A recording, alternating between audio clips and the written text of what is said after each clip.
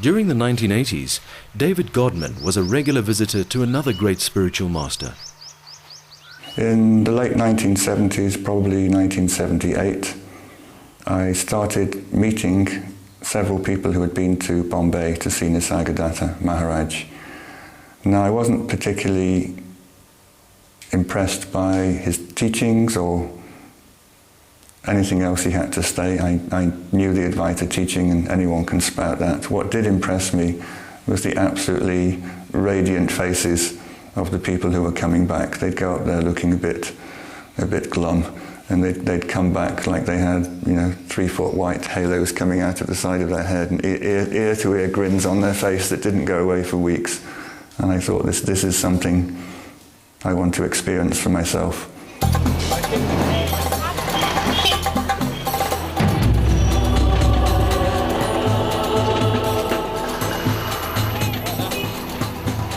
Travelling to Nisargadatta's place of residence in the coastal city of Mumbai, the sublime presence of a saint seems unlikely amidst the grinding poverty and squalor that is so apparent all around. Nisargadatta passed away in 1981, but it was right here in this humble tenement loft that still remains occupied by some of Maharaj's family that he met with spiritual seekers from all over the world. The whole place, the whole room, it just seeps into you in a way that's very hard to describe. He was very argumentative. He was the complete antithesis of Bhagavan in many ways. He didn't like sitting in silence. If no one had anything to say, he'd generally complain, and he'd say, "Come on, don't waste my time, ask me a question, somebody say something."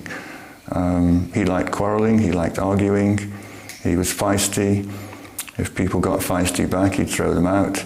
I mean, he was not, by anyone's definition, a saintly man. His anger was not for getting anything.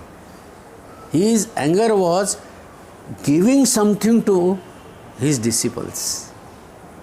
Please try to understand what I am telling you. This is the thinking behind that anger.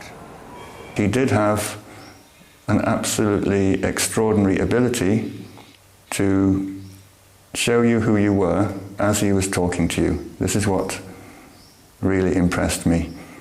And the way I saw it happen was that people would come to see him, and everybody comes with some sort of intellectual, spiritual baggage. They think they know what the world is, how it works.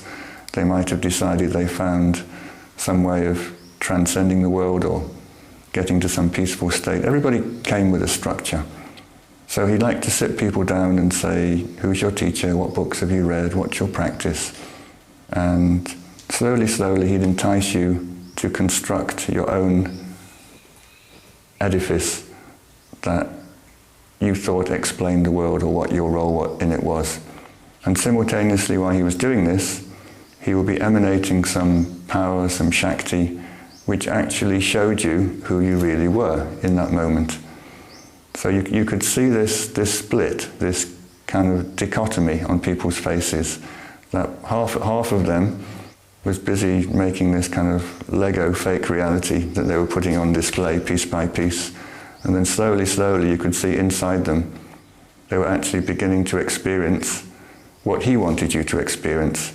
And at some point you had to make a choice between your own conceptual structure, which you just laid out for him, and this direct experience, which he'd just given to you, which absolutely, totally refuted all the things that you were trying to explain. And there was some people would just blunder ahead, they'd carry on with their structures, their ideas, they couldn't drop. And with other people, there'd be this, almost a laugh, a kind of, "Okay, now I see the joke," and they'd just shut up, and they'd sit there in this state of beingness, of knowledge, which he was somehow emanating to you at the same time that you were trying to explain your worldview, and eventually you threw your own worldview out and accepted his because that was your experience. The spirited question and answer sessions that took place were later transcribed and collected in the book I Am That. The publication brought Maharaj worldwide recognition and has come to be regarded as a spiritual classic.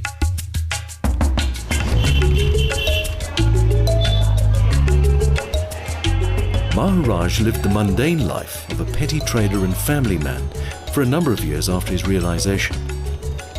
Each morning he would walk down this busy street to his small trading kiosk where he sold hand-rolled cigarettes called bidis. According to Nisargadatta, the ultimate purpose of spirituality is to know who you are. In Marathi it is Swala Jana and Swastha Raha. Make yourself known to yourself. You should know yourself first and be quiet.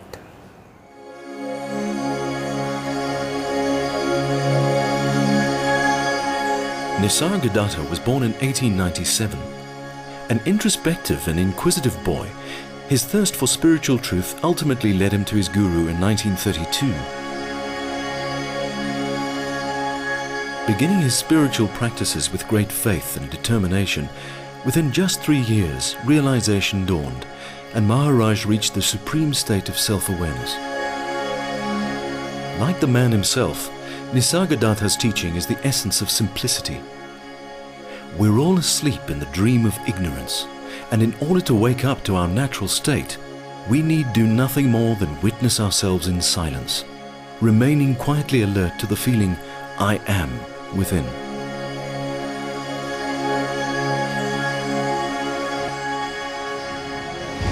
As the day drew to a close, we made our way across the city to one of Maharaj's respected translators.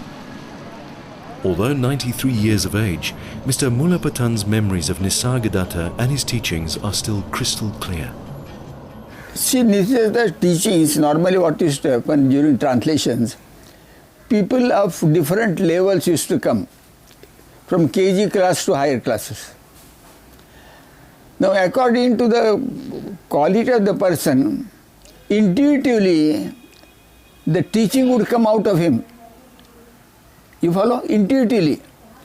Because many times I asked him, Maharaj, could you repeat the answer? He said, how can I talk? There is no memory here. The talk has come and it is gone, suitable for that person. I can't repeat. So then I could understand it is not, his body was like a cassette player. And the teachings used to come from the absolute, from the primordial principle that comes.